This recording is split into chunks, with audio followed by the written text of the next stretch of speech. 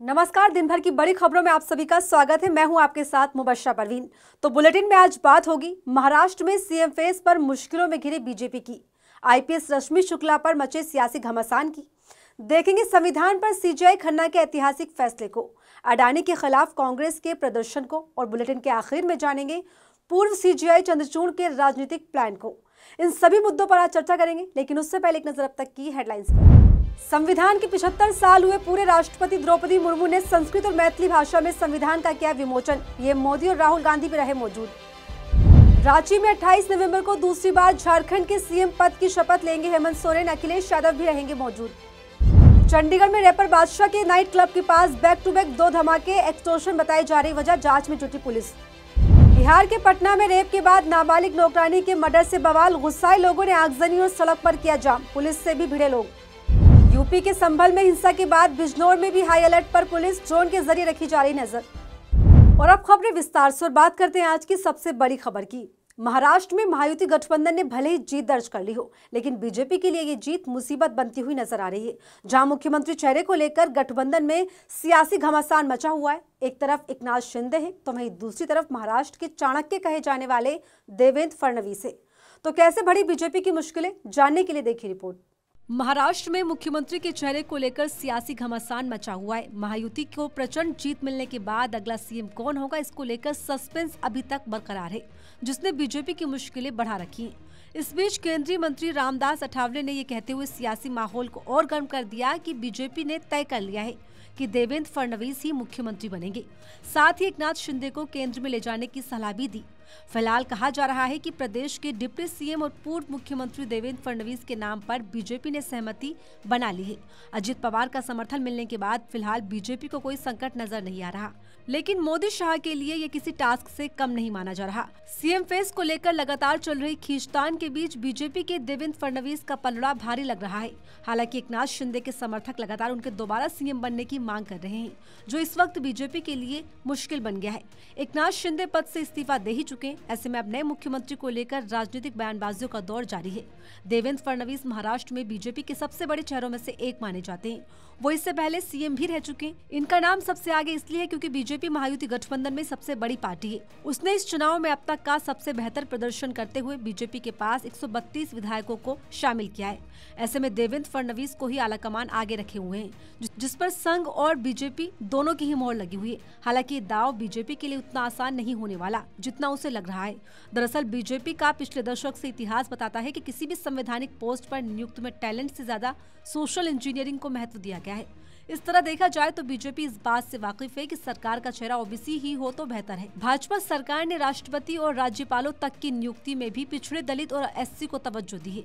देवेंद्र फडणवीस को ऐसे समय में सीएम बनाने की बात हो रही है जब राहुल गांधी जाति जनगणना को लेकर अभियान चलाए हुए हैं। ऐसे में राजनीतिक जानकारों का मानना है कि मोदी सरकार का लिया हुआ ये फैसला आने वाले समय में कई मुश्किलें ला सकता है। फिलहाल देखना दिलचस्प होगा कि मुख्यमंत्री पद पर कौन बैठता है। महाराष्ट्र में चुनाव के बाद आईपीएस अधिकारी रश्मि शुक्ला को एक बार फिर से राज्य में डीजीपी के रूप में बहाल कर दिया गया है। चुनाव से पहले कांग्रेस की शिकायत पर इलेक्शन कमीशन ने पद से रश्मि शुक्ला को हटा दिया था। ऐसे में चुनाव के नतीजे आते ही सरकार की तरफ से कदम उठाया गया है, जिसकी हर तरफ चर्चा हो रही है। तो क्या है पूरा मामला, देखिए इस रिपोर्ट में। महाराष्ट्र विधानसभा चुनाव के वक्त चर्चा में आई आईपीएस अधिकारी रश्मि शुक्ला एक बार फिर सुर्खियों में आ गई है। दरअसल चुनाव के वक्त महाराष्ट्र कांग्रेस प्रमुख नाना पटोले ने रश्मि शुक्ला को भाजपा का करीबी बताते हुए पद से हटाने की मांग की थी। इस मामले पर राज्य में खूब सियासी बवाल भी देखने को मिला था। कांग्रेस ने आरोप लगाए थे कि भाजपा ने अपने चुनावी फायदे के लिए रश्मि शुक्ला को पद पर बैठाया है, जिसके बाद रश्मि शुक्ला को 4 नवंबर को अनिवार्य अवकाश पर भेज दिया गया था, जबकि उनकी जगह वरिष्ठ आईपीएस अधिकारी संजय कुमार वर्मा को एक्टिंग डीजीपी नियुक्त किया गया था। रश्मि के ट्रांसफर को लेकर शरद पवार ने कहा था कि चुनाव आयोग ने सही फैसला किया है, हम इस फैसले का स्वागत करते हैं। हालांकि उन्हें 25 नवंबर को डीजीपी के रूप में अपना कार्यभार फिर से संभालने का निर्देश दे दिया गया, जिसके बाद राज्य में सियासी पारा हाई हो गया है। कांग्रेस ने इस पर आपत्ति जताई। कांग्रेस ने निर्वाचन आयोग से मांग की है कि आईपीएस अधिकारी रश्मि शुक्ला ने महाराष्ट्र विधानसभा चुनाव के दौरान उप मुख्यमंत्री देवेंद्र फडणवीस से मुलाकात कर आदर्श आचार संहिता का कथित उल्लंघन किया है, जिस पर चुनाव आयोग को एक्शन लेना चाहिए। कांग्रेस के मुख्य प्रवक्ता अतुल ने दावा किया है कि शुक्ला ने राज्य के गृह मंत्री फडणवीस से उस समय मुलाकात की जब आदर्श आचार संहिता लागू थी। रश्मि शुक्ला जी जो कि फोर्स लीव पर है, जो सुपर एन्यूटेड हो चुकी है, रिटायर हो चुकी है, फिर भी इलेक्शन कमीशन के ऑर्डर को नजरअंदाज कर तब की सरकार ने मॉडल कोड ऑफ कंडक्ट लागू होते हुए जो डीजी की रेगुलर अपॉइंटमेंट हुई है उन्हें टेम्पररी रखकर इन्हें फोर्स लीव पर भेजा। आज वो जाकर मिली है। ये मॉडल कोड ऑफ कंडक्शन का सरासर उल्लंघन है, वायलेशन है।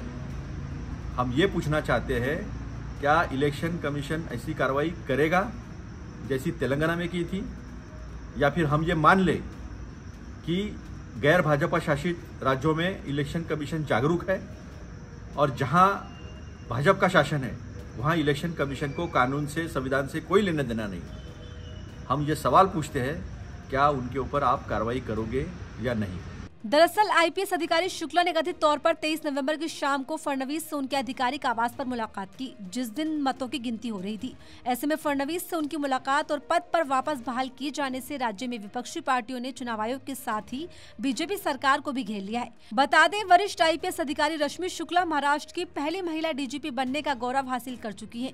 1988 बैच की महाराष्ट्र केडर की अधिकारी रश्मि सशस्त्र सीमा बल की महानिदेशक के पद पर भी कार्य कर चुकी हैं। इसके अलावा रश्मि शुक्ला ने 22 साल की उम्र में आईपीएस बनने का रिकॉर्ड भी अपने नाम किया। इस साल जून में उनका रिटायरमेंट तय था, लेकिन सरकार ने उनका कार्यकाल बढ़ा दिया, जिसके बाद बीजेपी पर कांग्रेस की तरफ से लगाए गए आरोपों को और हवा मिल गई। फिलहाल राज्य में सीएम को लेकर काफी घमासान देखने को मिल रहा है, जिस पर बीजेपी पहले से ही फंसी हुई नजर आ रही है। इस बीच आईपीएस अधिकारी रश्मि शुक्ला की बहाली ने कहीं न कहीं बीजेपी की मुश्किलें बढ़ा दी हैं। सुप्रीम कोर्ट के नए chief justice of India Sanjeev Khanna ने एक ऐतिहासिक फैसला सुनाते हुए बीजेपी के सपनों को तोड़ दिया है। दरअसल कोर्ट ने सोमवार को संविधान की प्रस्तावना से समाजवादी और धर्मनिरपेक्ष शब्दों को हटाने की मांग करने वाली याचिकाओं को खारिज कर दिया है।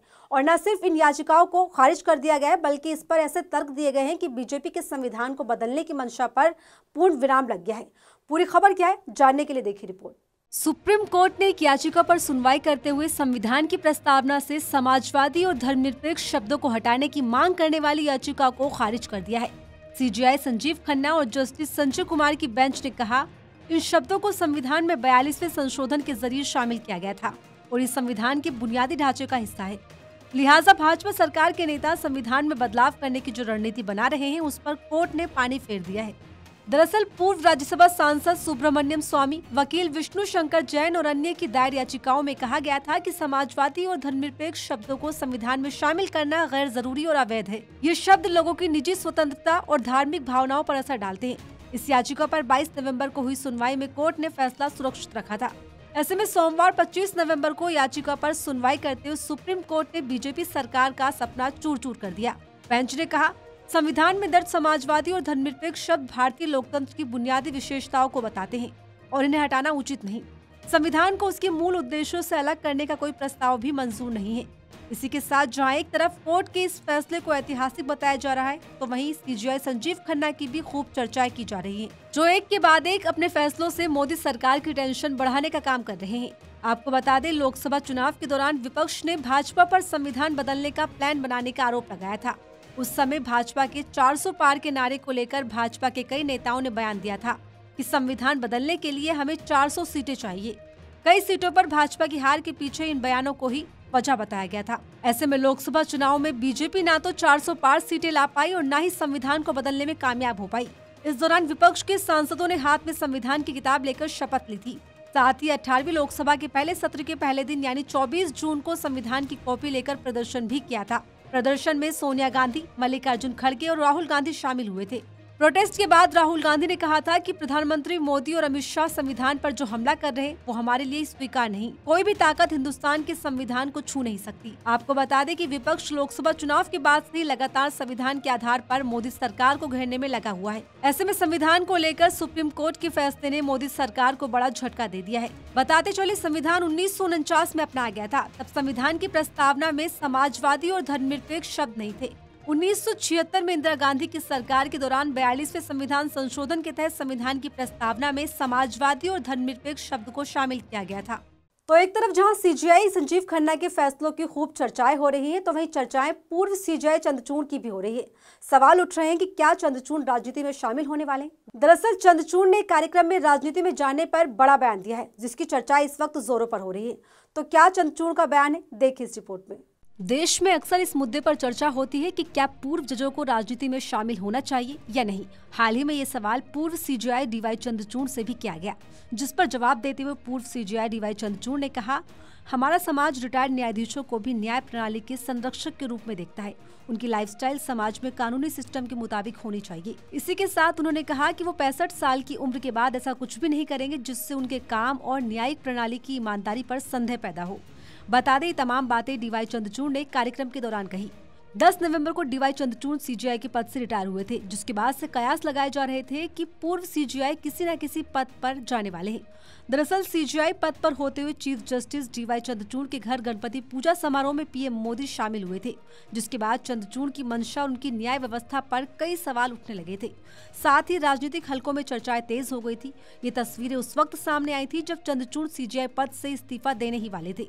सीजेआई पद पर रहते हुए चंद्रचूड़ ने कई बार सफाई देने की कोशिश भी की। उन्होंने कहा कि मुलाकात का मतलब कोई सौदा करना नहीं होता।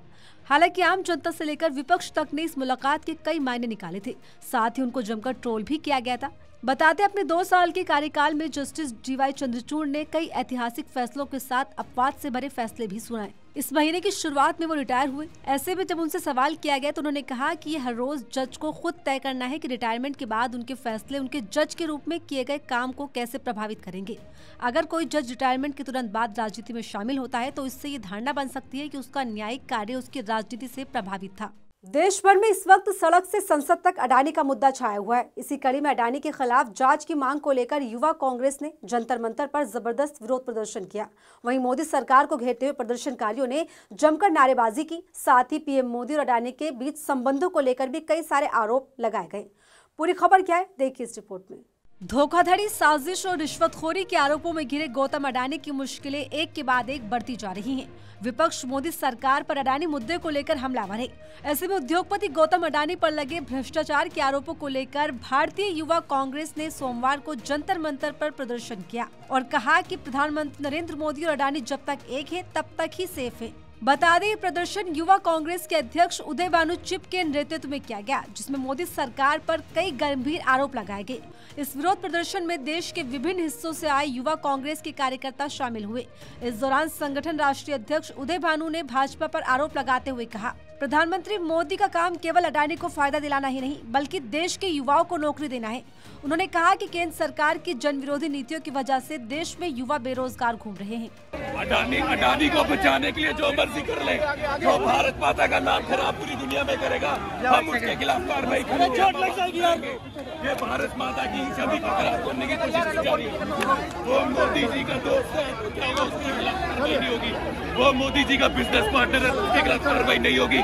भारत का युवा खड़ा है, इंसान। इस दौरान दिल्ली पुलिस की तरफ से युवा कांग्रेस कार्यकर्ताओं को खदेड़ने की कोशिश भी की गई। साथ ही संगठन के राष्ट्रीय अध्यक्ष उदय भानु को दिल्ली पुलिस ने डिटेन भी किया, जिसके बाद प्रदर्शन और तेज हो गया।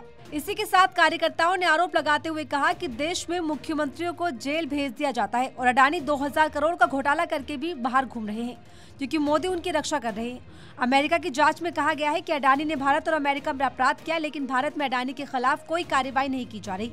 आपको बता दें, अडानी पर अमेरिका के गंभीर आरोपों के बाद एक बार फिर से इस बात की चर्चाएं जोरों पर है कि पीएम मोदी और अडानी के बीच क्या संबंध है। आखिर क्यों पीएम मोदी अडानी के मुद्दे पर बात करने से डरते हैं? ऐसे में एक तरफ जहां पूरा विपक्ष अडानी मुद्दे पर बड़े प्रदर्शन की तैयारी में लगा हुआ है, तो वहीं कांग्रेस के कार्यकर्ता सड़कों पर अडानी के खिलाफ जांच की मांग को तेज करते जा रहे हैं। इस तरह एक के बाद एक अडानी के साथ साथ मोदी सरकार की टेंशन भी बढ़ती जा रही है। विपक्ष पूरी तरह से संसद से सड़क तक इस मुद्दे पर चर्चा और इसकी जांच की मांग कर रहा है। और फिलहाल इस बुलेटिन में मेरे साथ इतना ही। ऐसे ही तमाम खबरों के लिए बने रहिए मेरे साथ और देखते रहिए आर्टिकल 19 इंडिया।